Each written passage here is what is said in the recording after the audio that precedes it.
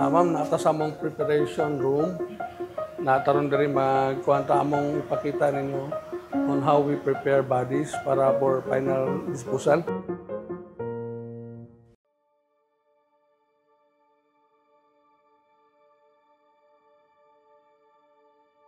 I'm Oliver Nacion, 49 years old.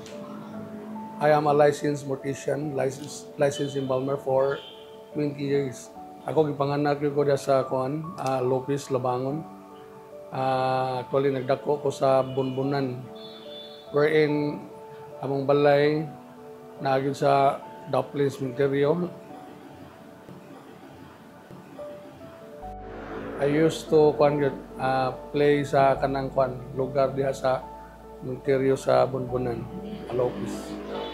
Actually, una niyang istorya yung kinabuhi. Wa mo ko magdahom nga maabot jud makahuman ko maka-take og embalming exam. Actually, kuan jud ni kanang morabag tadhana nga gihatag sino. Sugod jud nako. Ningon tong manager apply, wa ko magduha-duha ni apply ko kay I know company man. Nag-start na ko driver at first.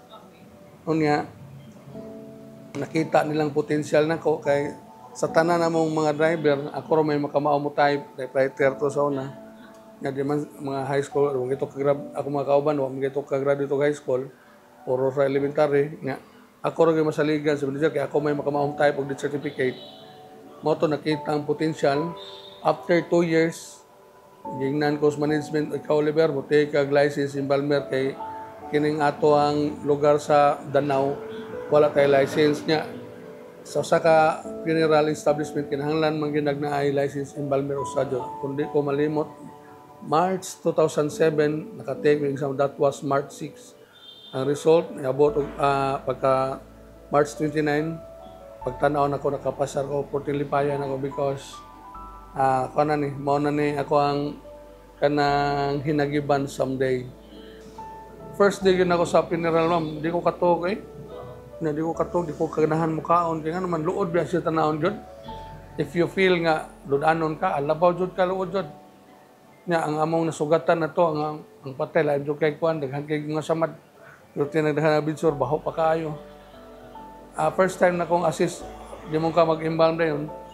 Pasison mo jud ka basta kay nagpasuka jud ka akong gingnan akong wife nga siguro nakabalik ko panigarilyo ani kaya nga naman sa luod kisa na ako trabaho pero for the sake lang is pamilya gyud ako mao na nga trabaho gyud ko kay pang pamilya niya to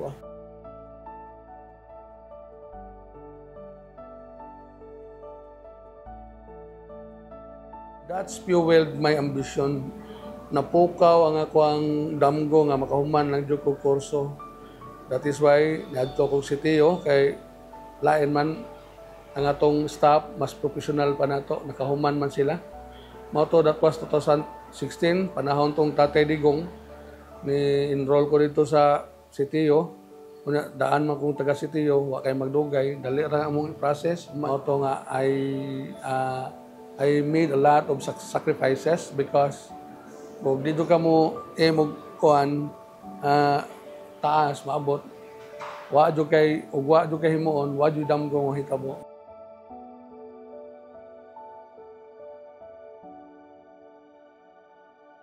Ma'am, this job, ma'am, is very noble. Kaya nga naman, kaya what if, ugwa lagi may, as I've said a while ago, wala may, kaya mga patay, Richard, naglubong, looy kayo, niya.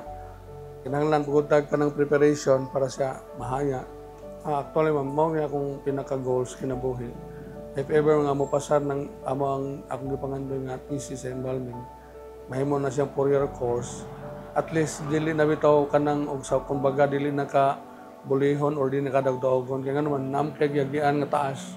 Nga, more on professional ang dating, like sa gawas. Di man ka pwede dito mo imbal o dili ka license.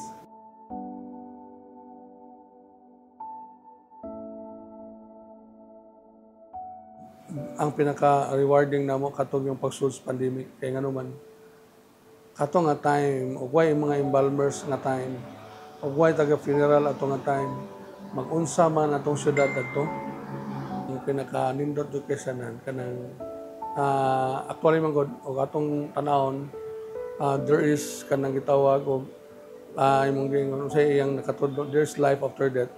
Mao na nga kini nga ato ang among trabaho gid.